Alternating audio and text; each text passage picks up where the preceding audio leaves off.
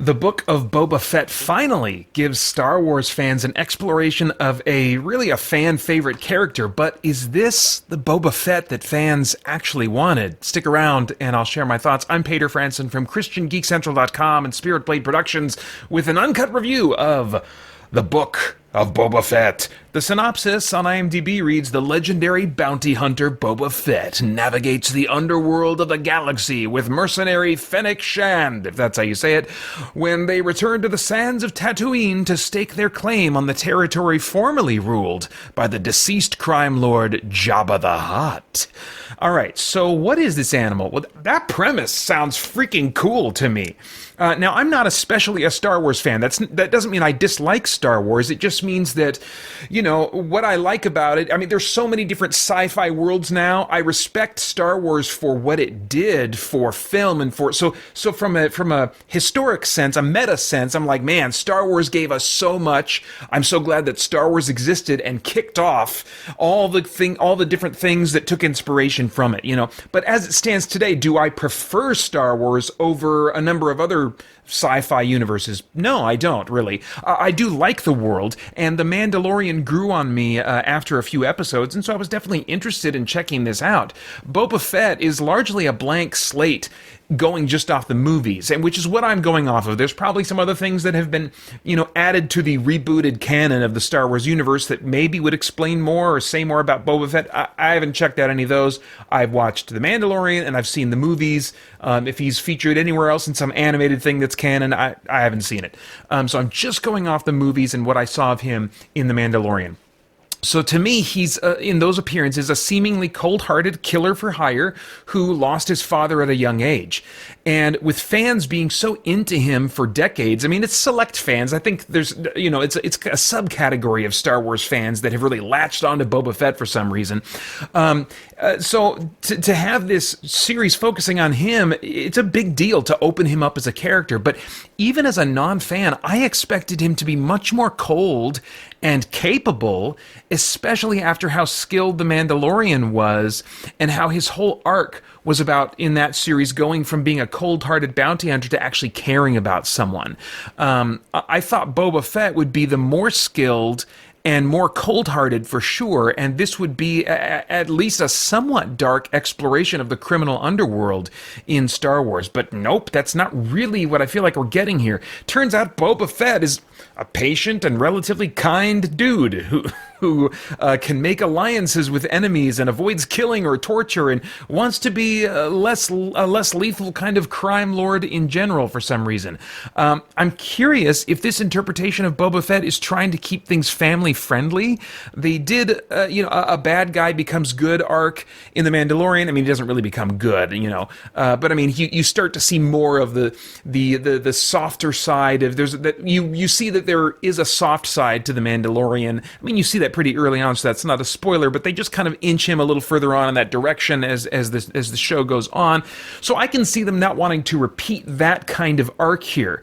But what's left for them? I mean, this is Disney, so I can understand them not wanting to go dark. So it seems like what they're doing here is just saying that he's always been not as bad as we think or something. I don't know. They don't give like a trigger. They don't provide a trigger in here for why he would now be less bad than we would rightly assume he is based on his previous appearances. So I don't know. I think maybe though dark is what this character needs. It needs to be a darker story, which makes Disney's acquisition of Star Wars a shame, to me at least, in cases like this. But it might help if I understood, why he seems different from the little, admittedly, that I've seen of the character before now. And yet I have no idea why he's seemingly kind of lost his edge or is not as cold as he's seen before, despite alternating between present-day political maneuvering in the Tatooine underworld and trying to take his place as the new Jabba the Hutt, basically. They got that in the present day, and then there's a lot of flashbacks to the formative time that he spent with Tusken Raiders after surviving alien digestion in Return of the Jedi. Despite all that time given to his backstory, I didn't feel informed as to why he tries to befriend or be allied with enemies, and why he seems driven to be a kinder and gentler crime boss. And even a very basic motivation is a key ingredient for me to be invested in a main character, but I don't think I could come up with one that is based on anything that we've seen in this show so far. It feels like a bit of a slow burn, with some action here and there. It's not that it's devoid of action at all. There's a good amount of action. But it's not the kind of mercenary or skilled bounty hunting action that I would prefer, and that would make sense to me dealing with Boba Fett as a character. As the story goes, The Mandalorian actually felt like it had a much stronger start in its first season. I'm completely uninterested in this character and what happens to him because I've no sense of what it will mean to him personally if he succeeds or fails at what he's setting out to do. Let's see here. As far as the cast goes, I'm really only going to comment on Temuera Morrison, who plays Boba Fett, because he's so central to this story. And he played Boba Fett, of course, in The Mandalorian, and before that he played Jango Fett in the Star Wars movies. And they kind of have to use him because Boba Fett is a clone of Jango Fett. But I don't find Temuera Morrison to be a very interesting performer in this case, and in other roles that I've seen him play. I just don't find him that engaging as a performer. As far as stunts and visuals go, I find this show to be on par with The Mandalorian. There's no real complaints here. The CG creatures still look like CG to my cursed eyes, but it's still that premium quality that's at the same level of the best produced streaming shows nowadays. So I don't think it falls short in that department. As far as themes, is there anything of moral, philosophical, or spiritual significance going on in the themes of this thing that might trigger some worthwhile thought or conversation? I don't know. The only potential I see for a moral theme here hasn't been explored yet, and I doubt that it will. Unless they want me to believe that Boba Fett was like this terrible bounty hunter, then he was a guy who killed people for money for a significant amount of his life.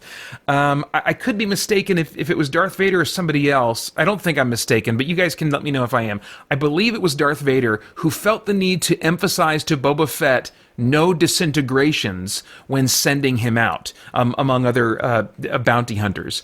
So that suggests to me very strongly that this guy, was lethal in the past, and that was like he was known for that. But now it seems like they want me to believe that after surviving being eaten, he is suddenly a very different guy. And someone that I should forget had this previous life of killing for money. But I haven't forgotten that.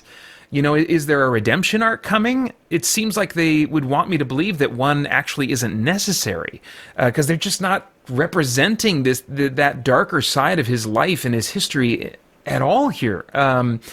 Is that, do they feel like it's not necessary because maybe his current good outweighs the bad? I have no idea. It feels like they just kind of want to ignore that he killed for money and was really known for that. I have no idea how they want me to feel about Boba Fett. That's a mystery to me, morally speaking, how they want me to feel about him. But I mean, if I were to continue watching the show, that would be an element that I would have my eye on to see just what, do they have a plan here? What are they thinking? I have no idea. Now, I also have no idea what your tastes are in TV shows, but if I were a time traveler, I'd go back in time and say, Peter, skip this one. This is a weird reinvention of the character who really has no motive that you can identify. I mean, it's just not the show for you. It's rated TV 14, probably for sci-fi violence. And those are all my thoughts for now on the Book of Boba Fett, the premiere, episodes 1 and 2. And now just a little bit of housekeeping. 2021 was an amazing year of fundraising for our team as we launched our first ever Game Save event. Despite changing fundraising platform after years of fundraising, we changed also the branding, we changed the charity. This was, despite all that, our second highest year in fundraising since starting this annual tradition in 2014. And my personal highest fundraising total ever. And while our previous record average amount raised by team members was $41, this year, like everyone, I guess, brought their A game, giving us a record-shattering and stunning team average of $308. The final grand total of our team's fundraising is $2,464.23 for St. Jude Children's Research Hospital. Wow. So a huge thank you to everyone who donated, and praise and thanks to God for just moving in people's hearts, the hearts of donors, the hearts of team members to accomplish this. I'm already looking forward to what's going to happen with our Game Save fundraising event later on this year in 2022. For now, though, as promised, the highest fundraising member of our team shall be celebrated by me in song. Let's see what I got here. I came up with lyrics, but I haven't quite finalized the melody yet. So, Crusader 826, in fundraising you have won. You just jumped right into the mix and helped some kids while having fun. I want to hug you and tightly hold you. There's no need for you to run. For other folks that might seem creepy, but who cares, 'cause you're my son. Which he really is, by the way. This did not take a weird, dark turn. Anyway, great job, Crusader 826, my boy, Asher.